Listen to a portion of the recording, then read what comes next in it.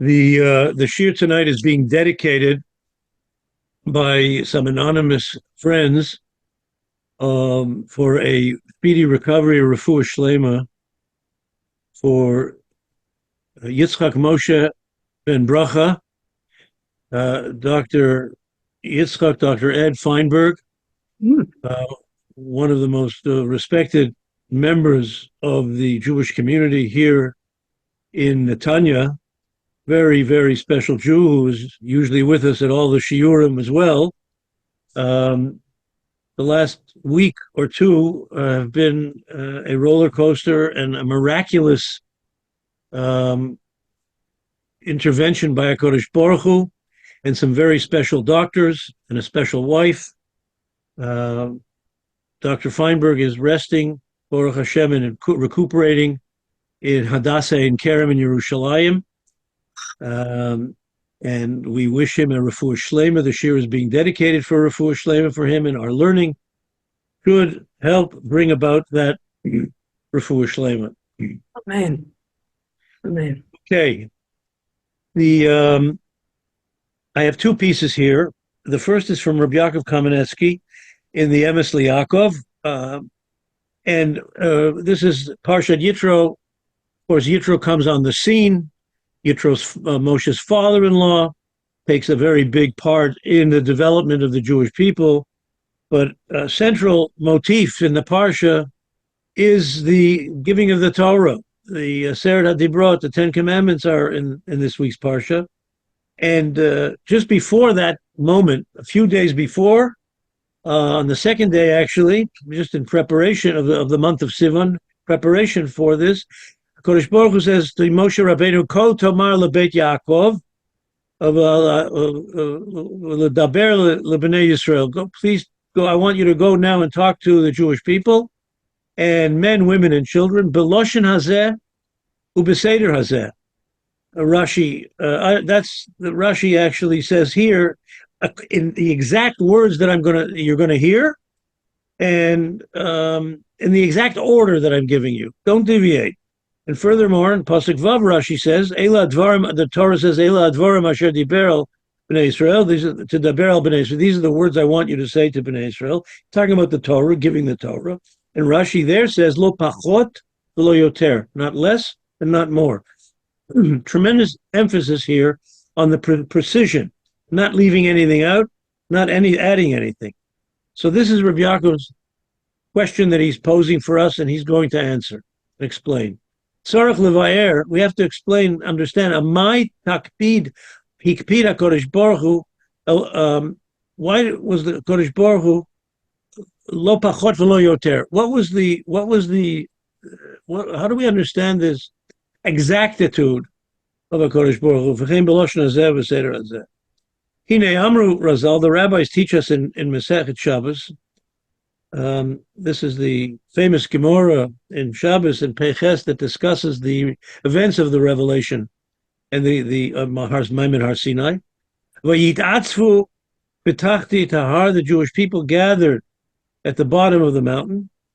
B'tachti literally means under the mountain. Melamed, this teaches shekafa aleim har kagigi, that HaKadosh Baruch Hu actually put the mountain over Bnei Yisrael like a barrel. Right? He put them, they say over a barrel, put them over a barrel, put them under a barrel. Ayin Tosfos, in other words, he said, you have to, accept the Torah. If not, Sham take Kvarasna. If you don't accept the Torah, this is going to be the end of you. So Torah was forced on them. Right? That's what the Medrash says. Kodesh Baruch Hu said, either you accept it, and you yes or no. If you don't, you're off on the other picture.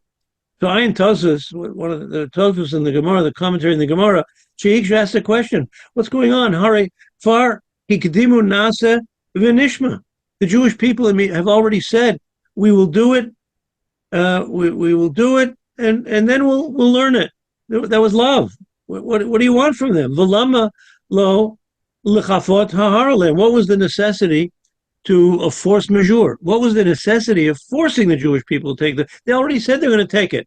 They want to take the Torah, sight unseen. Shemi Chosrim Kishiyiru Ha'esh. So he points out, he starts to explain. Perhaps there'll be, and this is actually what the Tosfos says, the commentary. Shemi Yu Chosrim. There might be some people who will panic and run away. Kishiyiru Ha'esh Hagdola Sheyotza Nishmasan. You'll read in the Psukim, this is at the end of Rabbi, the beginning of Chamishi in the Parsha. There was a tremendous sound and light experience at Maimon Har Sinai. There was fire and tremendous fire, and perhaps they'll be afraid and they'll run away. So what is that all about? So therefore, you got to stay, okay? V'hanira bebiur advarim. Let me explain this in a little bit of a deeper mode. I mean, you tell a child there's fire, he's going to run away.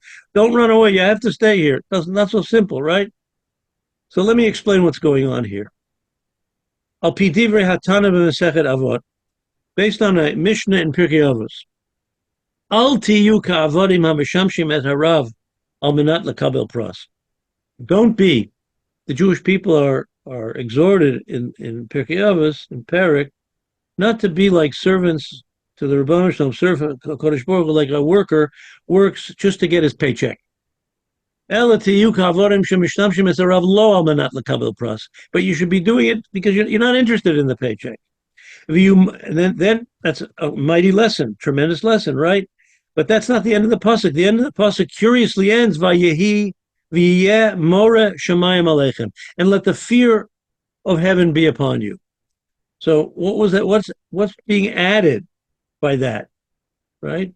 It says, first of all, he says you shouldn't be like servants who serve their master, their boss for the money. They should, the fear. They should do it out of love, basically, right? And then let the fear of God be in front of you. So biarti b'chidushai levirkei avot. So Rabbi Yaakov is pointing. He himself discussed this in his commentary on Pirkei Avot. Shebemet, truth be told, shrichim l'shtei inyanim. The Jewish fulfillment, the development of a Jew and a relationship to HaKadosh Baruch Hu, which is our ultimate goal, to have a meaningful, intimate relationship with HaKadosh Baruch Hu, is twofold. There's two dimensions. It requires two things. Hainu ha'avoda me'ava, love. We have to relate to him and have a relationship of love. V'avoda me'yira, and a sense of fear, a sense of awe.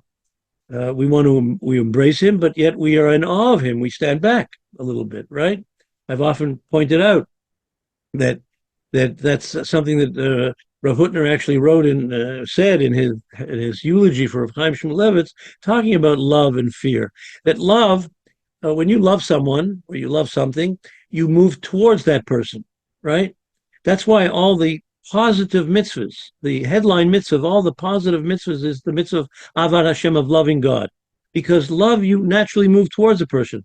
When you're fearful, like a fire, you're repelled, you move backwards. That's the headline mitzvah to fear God of the negative mitzvahs. Don't do this and don't do that, right? But you need both elements to be a Jew who's committed to Jewish life with HaKadosh Baruch Hu, right? You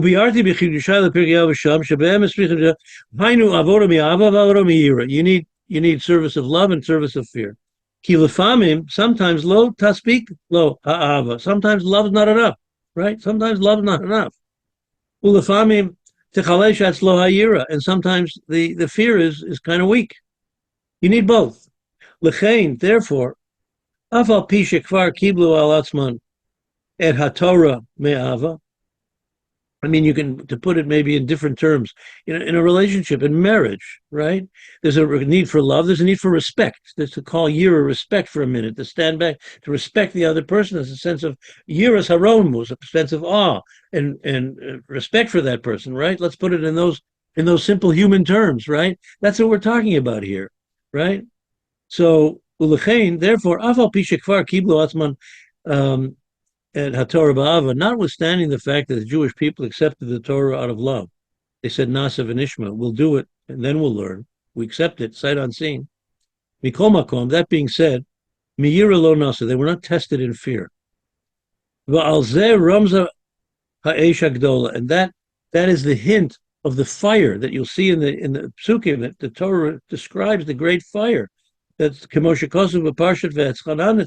In Parshat Ve'etzchanan, you have an actual pasuk that talks about it. Mina Shamayim Hishmiyacha et Kolo Liyasrecha. You'll hear the voice of God coming from heaven to warn you that Esho Hagdola and the great fire of HaKadosh Baruch Hu that was at Har Sinai. Hare Shabira Kosev, the Torah is explaining the Ha'esh Haita Leyirat Ha'onesh. We should have a little bit of fear for punishment. There should be such a sense. Ilmale Bo le Esav v'Yishmael b'kfir ahar. Let's say, Rabbi Yaakov says, if God would have gone, we know the Medrash says he went to all of the nations of the world and they asked what's written in it. They weren't interested. But if God would have, they came to the Bnei Israel, right? So, if he said, he's suggesting, Ilmale bo le'esav v'Yishmael. If let's say he went to Esav and to Yishmael, b'kfir ahar. With the barrel, force majeure. They would have accepted the Torah, do or die. You don't accept it, you're going to die right here. The Gemara actually says this. And that was the taina of the nations of the world, right? Kipita alenu harka gigit velo kiblanu. You never tested us with the barrel. You never put the mountain over us and it forced us to accept. We would have accepted it. Yeah, we would have accepted it. We would have accepted it that way out of fear. That would have been a relationship out of fear, not out of love. That's not a true relationship with God, right? One doesn't serve God merely because he's afraid of punishment. One doesn't relate to parents because they're afraid of punishment. That's all the relationship is about, right? Masha'en ken Yisrael, but the Jewish people, first they accepted out of love. There was an embrace of HaKadosh Baruch Hu, Haviyachu. Ukfir ahar, the forcing of the mountain upon them, rak kedei lekabala gam b'yira. That was to tell them that they had to test them. They had to accept it out of fear. It wouldn't be enough. Love is not enough, right? Love is not enough. It's not enough. There has to be a sense of yira, as we said in our example in a marriage relationship. Love and respect. Same idea. Love is not enough. Not going to sustain a meaningful relationship with HaKadosh Baruch Hu. There has to be this sense of yira, this sense of awe, right? If the Jewish people would not accept it, not have said Nasa v'nishma, we do it out of love, he wouldn't have given us the Torah. He wouldn't have just come with the barrel and forth. That it would have been meaningless. Venira, what comes out here, Shemitam Zeh, it's because of this. Sidera Kodesh Baruch Hu et Dvarav el Bnei Yisrael v'tziveu. Now he's going to answer his question. Lo yivchot v'shalo yosif. Why Kodesh Baruch Hu said when he told Moshe to tell them you're going to get a Torah and you got to do this Torah and not one word less, not one word more, precisely, precision. He chashash. There was a suspicion. Ken yashpia Moshe aleim she'yikablu et Torah mitoch eze hitpalu. Moshe was afraid that maybe, God was afraid that maybe the people are going to accept the Torah from Moshe for some external reason, right? Al yidei hashbato shel Moshe Rabbeinu, because of the power of Moshe Rabbeinu, v'lo mitoch hakora pnimit, not because of the inner depth of what Torah is. And he has a footnote here which he refers to something we spoke about a few weeks ago.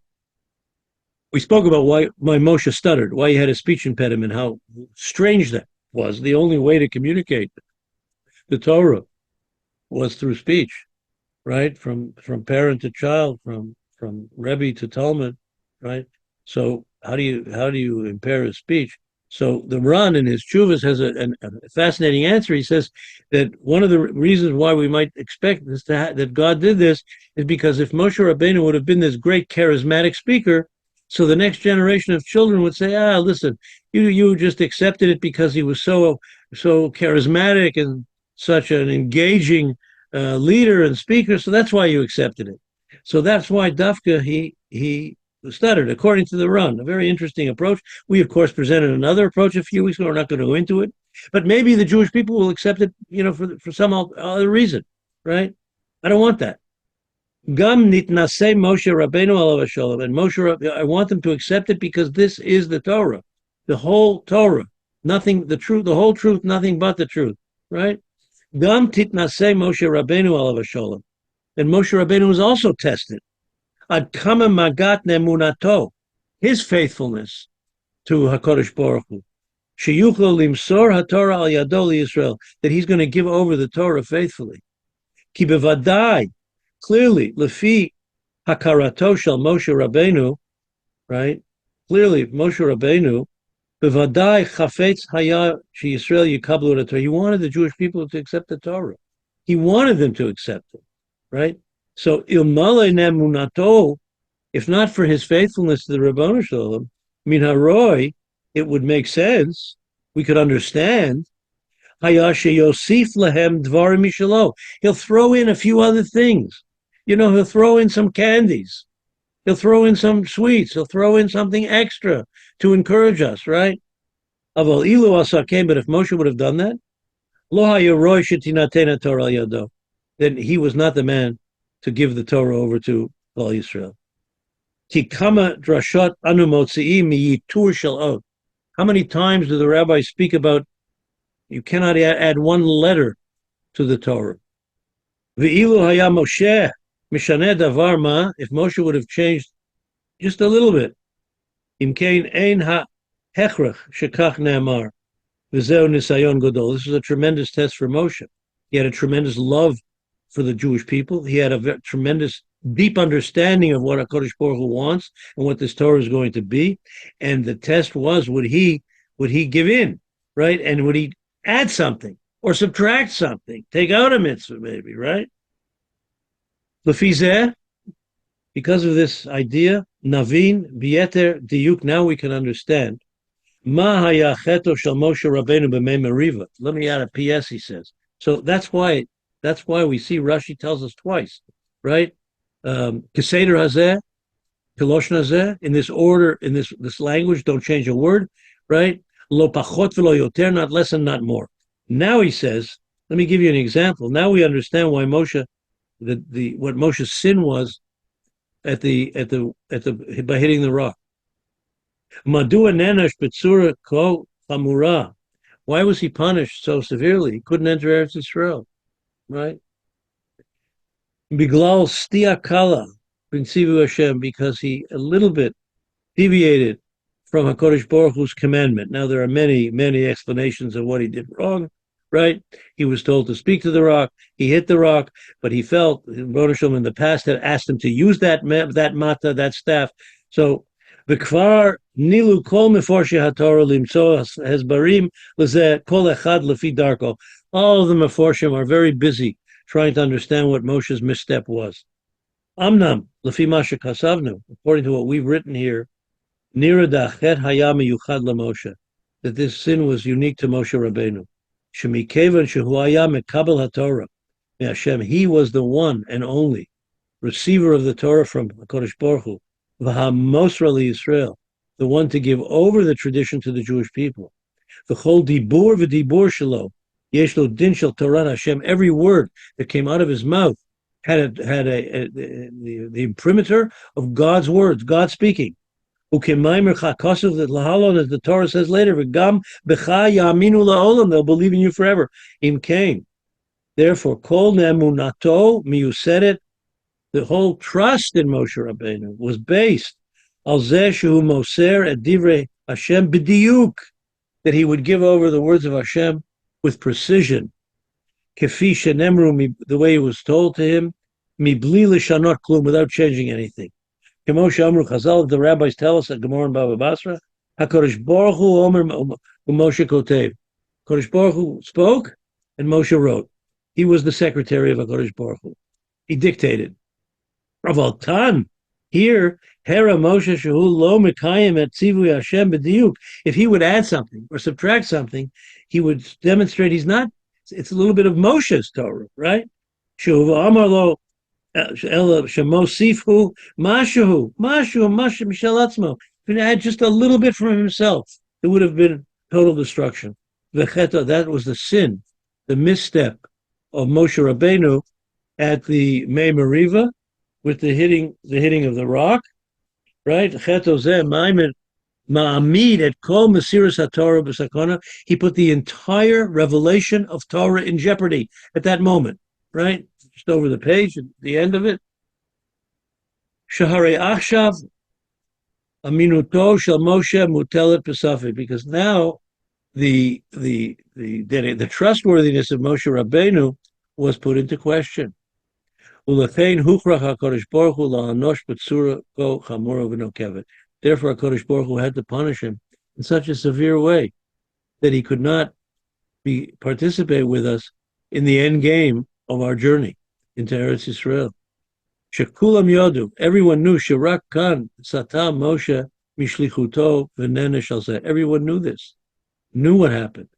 V'amnam b'shar kol HaTorah kula Moshe emes v'toraso emes. In every other part of the Torah, he never did such a thing. So that's his PS to this idea. Okay? Now, number 2 is really the psukim for number 3, which goes over to the third page, and this is a classic presentation from Rav Hutner on one of the Aseret HaDibrot that are in the Parsha, the mitzvah of Shabbos, one of the 10 commandments, and it is a classic understanding of Shabbos. I think there are things in here that are going to be very much news to us, and will be something that we'll be able to cherish in our own observance and have a deeper understanding of the mitzvah, the great mitzvah of Shabbos. So here's the psukim in number 2. How's the mitzvah of Shabbos presented? Sheishet yamim ta'avod, 6 days you will work. Vasita kol melachtecha, you'll do all your work. V'yom hashvi Shabbat, right? L'Hashem Elokecha. Shabbos, the 7th day is Shabbos. Lo ta'aseh kol melacha. No, you don't do any work. Ata, you uvincha v'itecha, your children, avdecha v'amatcha, uvehemtecha v'gercha asher b'sharecha, everybody. So really, the question that he's going to deal with is just get to the point, right? Yom HaShvi Shabbat L'Hashem Elokecha. What's this introduction of 6 days and then Shabbos, right? Next pasuk. Ki sheishet yamim asa Hashem et hashamayim et haaretz. For 6 days he did heaven and earth. He made 7 et hayam, the sea, et kol asher bam, and everything in it. Vayanach b'yom hashvi'i. But on the 7th day he rested. Al kain berach Hashem et yom hashabbat v'kadshehu. So therefore he blessed Hashem. He blessed the day of Shabbos and he made it holy. Okay, so you see in a certain sense where he might be going. Let's see what he says. Now this is a much longer piece. You see from the chapters that I've taken out, I have Zayin, Yud, Yud Beis, and Yud Daled, and Tes Vav, but we're missing a lot of things. But I think I took out enough that we're going to really appreciate what his thesis is. V'hinei, b'Shabbos, kayimot shtei bechinot. There are 2 things that the existence of Shabbos represents 2 dimensions. Shari afal pi shebemaaseh shel briat ha'olam, and the maisa, the physical creation, the maisa, the action, action of the creation of the world. Bo hashvita besof la'achar ha'pa'ula. Shabbos was the last thing created, right? In terms of the creation, the physical creation of the world, Shabbos was the last, right? Ubemet, but as we say in Kabbalah Shabbos, sof ma'aseh b'machshava tchila, right? The end of the physical creation is what you b'machshava tchila. A person is building a house. He's building something special, right? So what his sof maaseh machshava tchila, the last thing he does, the last nail he puts into that house, that was really his machshava from at the beginning. So you have maaseh and your machshava. Machshava was at the beginning. What he really wanted to accomplish was that house, right? It was the last thing that came when you put that last nail in. So the thing that was done last in Maisa is really the first in Machshava, and that's what we say in L'chadodi, right? Sof Maaseh Machshava Tchila. Umitzad Machshavat Abri, in terms of the Machshava, the purpose, the design of God's created world, Shabbat hi harishona l'kol. It was the beginning. It was number 1.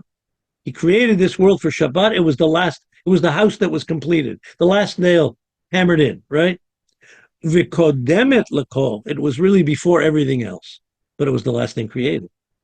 V'adarabah, Dafka mishum shehi hareshet. Dafka necessarily because it was number one. The machshava in thought, in theme, in essence. He hasaf b'maisa. It necessarily was the last thing that was physically created. Kederach kol pu'ulot adam, like everything that a person does. Shebechol shehu kodam b'tachnit, everything that is first in the order, hu meuchar b'bitzua. In terms of the creation, the finished product, my mother used to tell me, Allah Shalom, you love the bone of your rib steak so much. Why do you save it till the end when it's going to be cold, right? It's the one thing you really want, right? But you want to save it till the end. That's what it's all about, right? You get to that point, okay? Now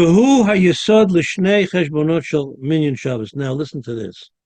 This is at the heart of the two counts of Shabbos in the week. Peshben Echad, the first is Shabbat, Kodemet L'Sheshit Yimei Maisa. Shabbos came first.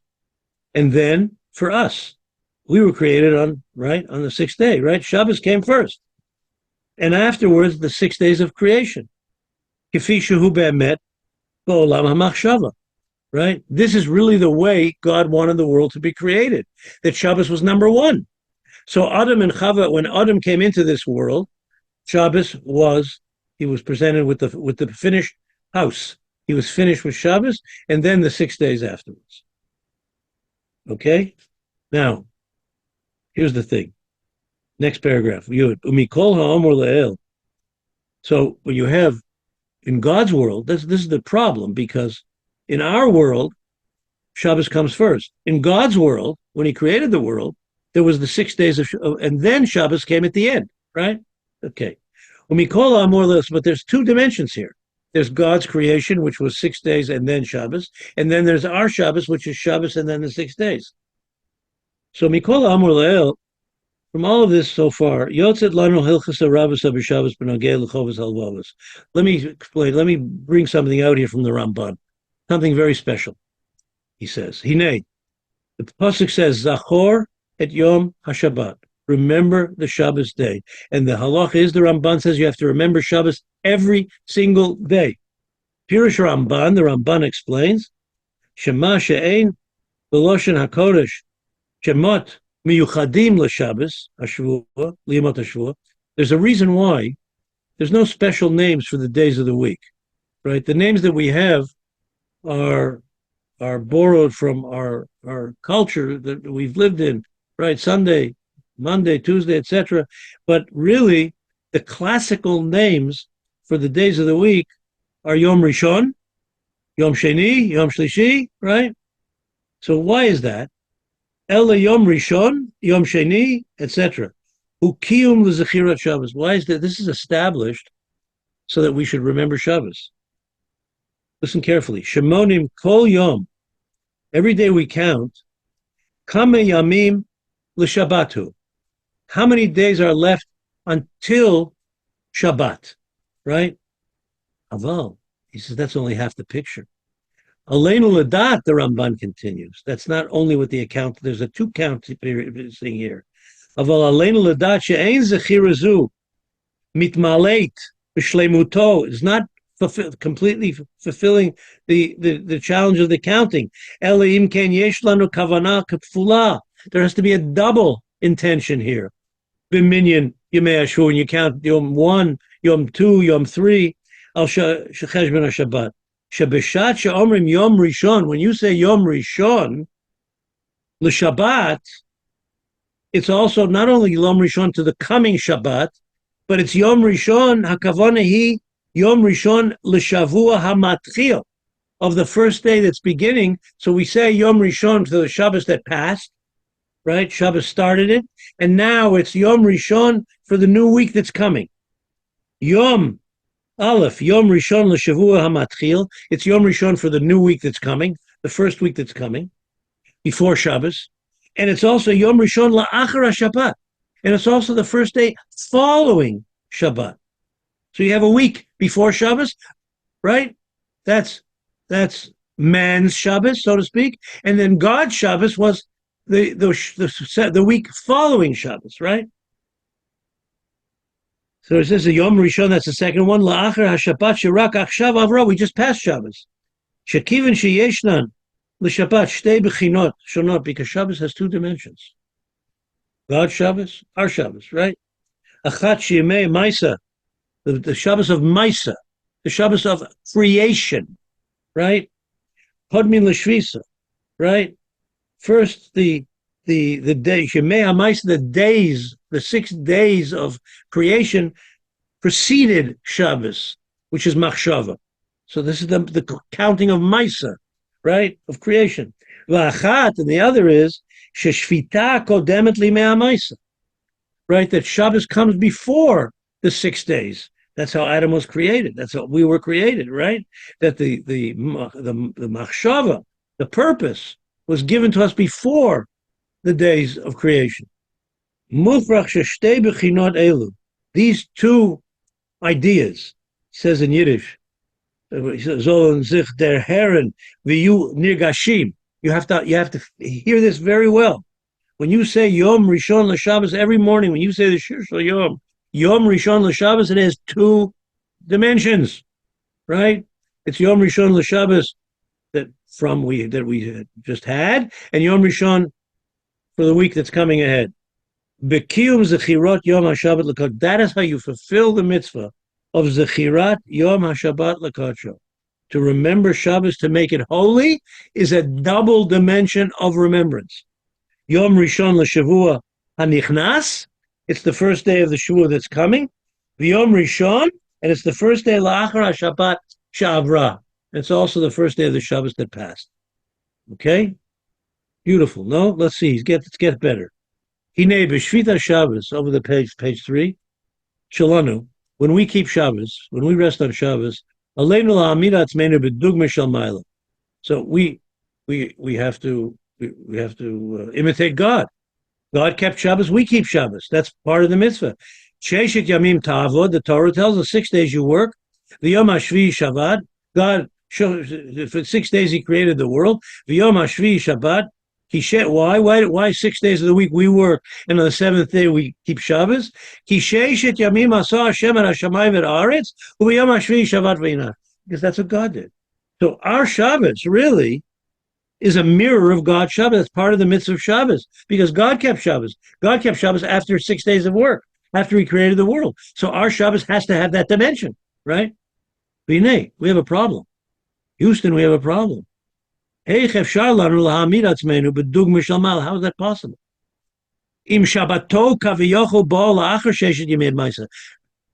God's Shabbos came after he worked 6 days. The Shabbos of Adam Arishon, of mankind, of humanity,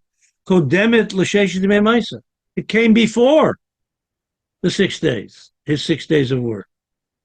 Adam Arishon, from the perspective of Adam Arishon, of Adam and Chava,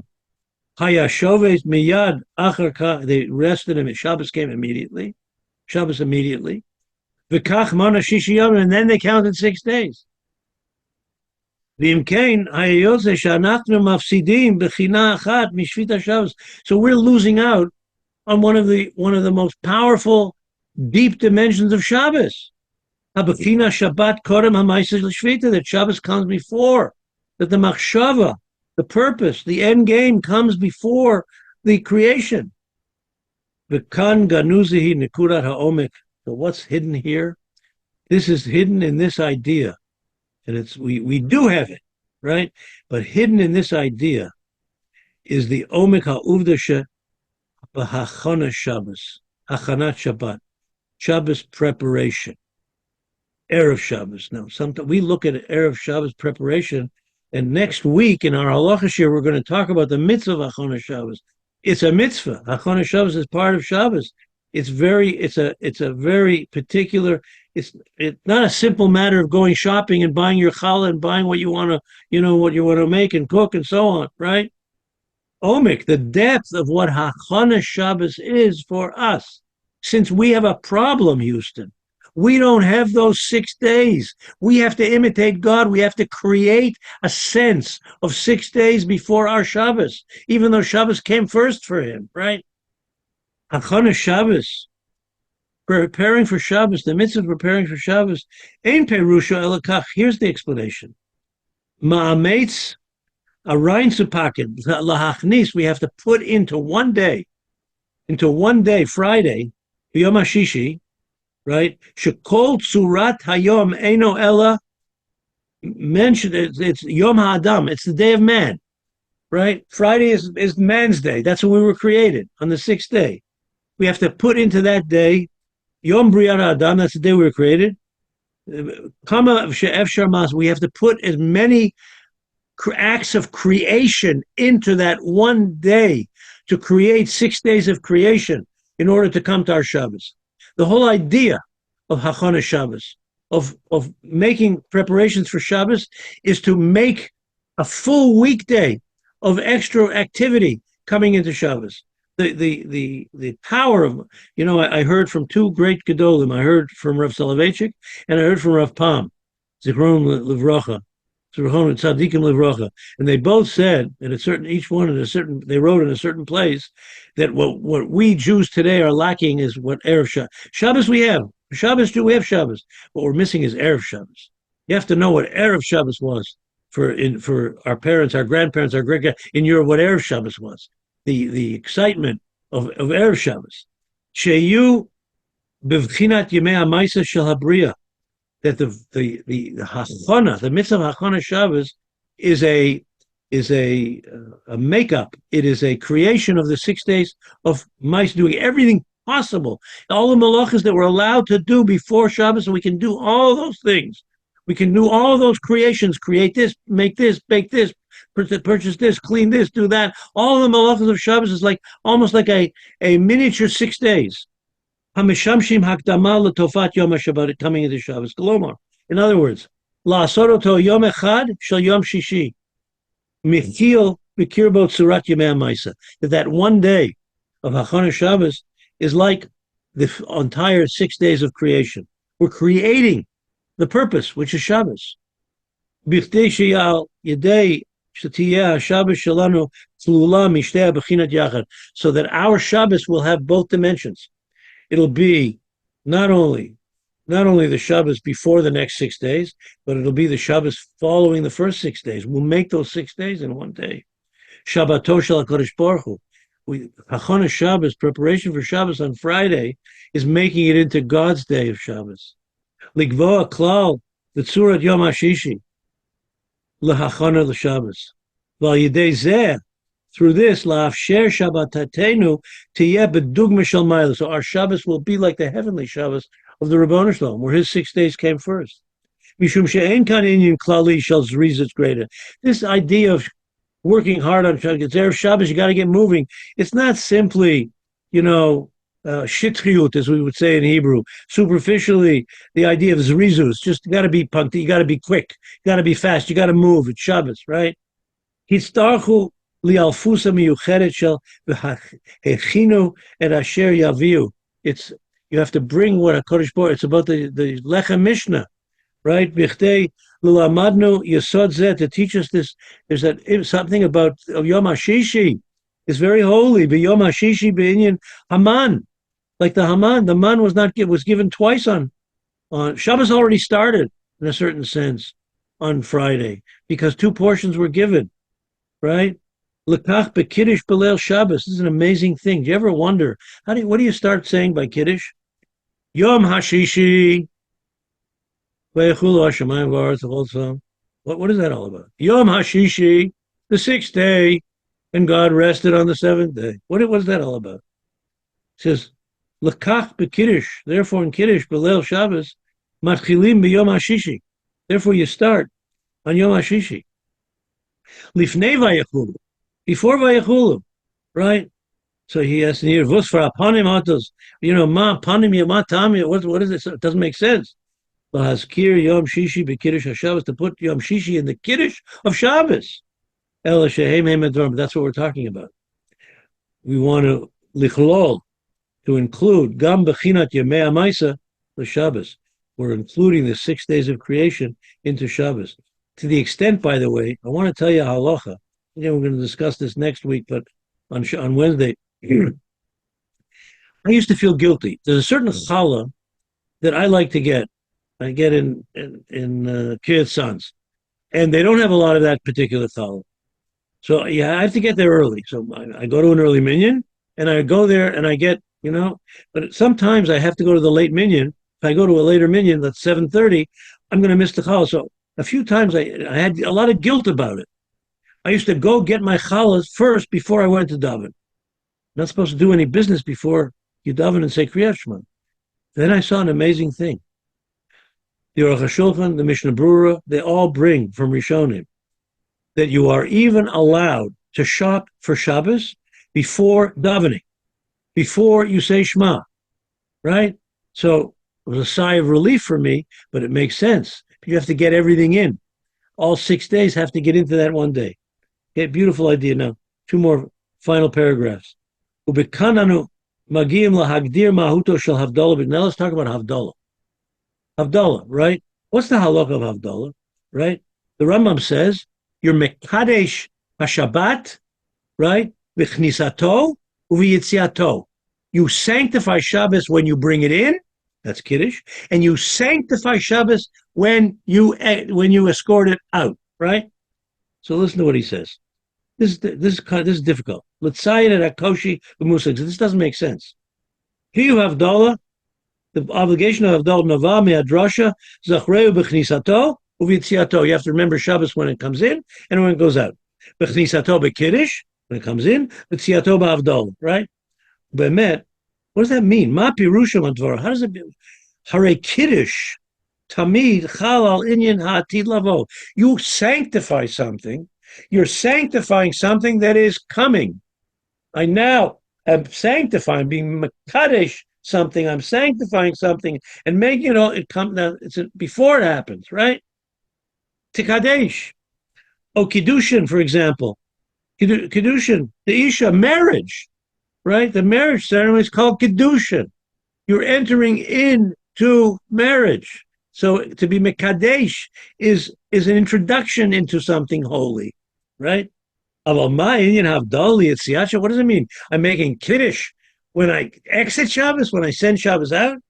Hello, Havdalah, PARSHA, Hafrosha Michol. Efshalo Shetehei B'Shas Kenisa. It doesn't make sense. Why are we making Kiddush as we go into the weekday? But based on what we've said, this is his final paragraph. Let's answer this question. Mitoch iyun v'havdalah, but I'll show it to you. If you look at the words of Havdalah, shekavu b'tfilah, the main Havdalah is in Shmon Esrei Marav, as we all know. Now it'll give us the secret of what Havdalah on the cup is. What do we say? Achel aleinu, begin for us hayamim habaim, the weekdays that are coming, likratenu, the days that are coming, likratenu l'shalom, for peace. We are being mekadesh something. We're being mekadesh those 6 days that come before the next Shabbos. The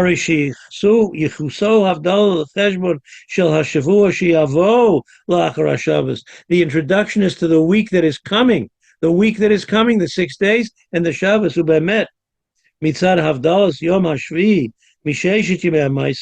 Havdalah of Shabbos from the 6 days of creation. You could do it during Kiddush. Also Havdalah B'dafka im cheshbon hayomim shel achar Shabbos. Dafka, we do it before, as we come in from Shabbos, from the weekdays to the Shabbos, and as we go from Shabbos to the weekday, v'lo liyamim hakodem l'Shabbos, to emphasize the 2 dimensions, the double dimensions, the 2 Shabbos that we keep, right? The Shabbos before the days of creation, which is man's, and the Shabbos of God, which we have to imitate. So we have both. Okay. Lot to think about. I think this is just a masterful presentation of Shabbos and a lot of new things for all of us. Okay, thank you for your patience. Wednesday night is halacha. We're going to be talking about, can you change a person's name? Say for a chol, chas v'shalom, or for other reasons, can a name be changed? And that's what we're going to talk about. Welcome everybody. I see the Reese family is back after a long. I assume you were out of the country, so welcome back. Baruch haba. Okay, everybody. Thank you for coming, and have a wonderful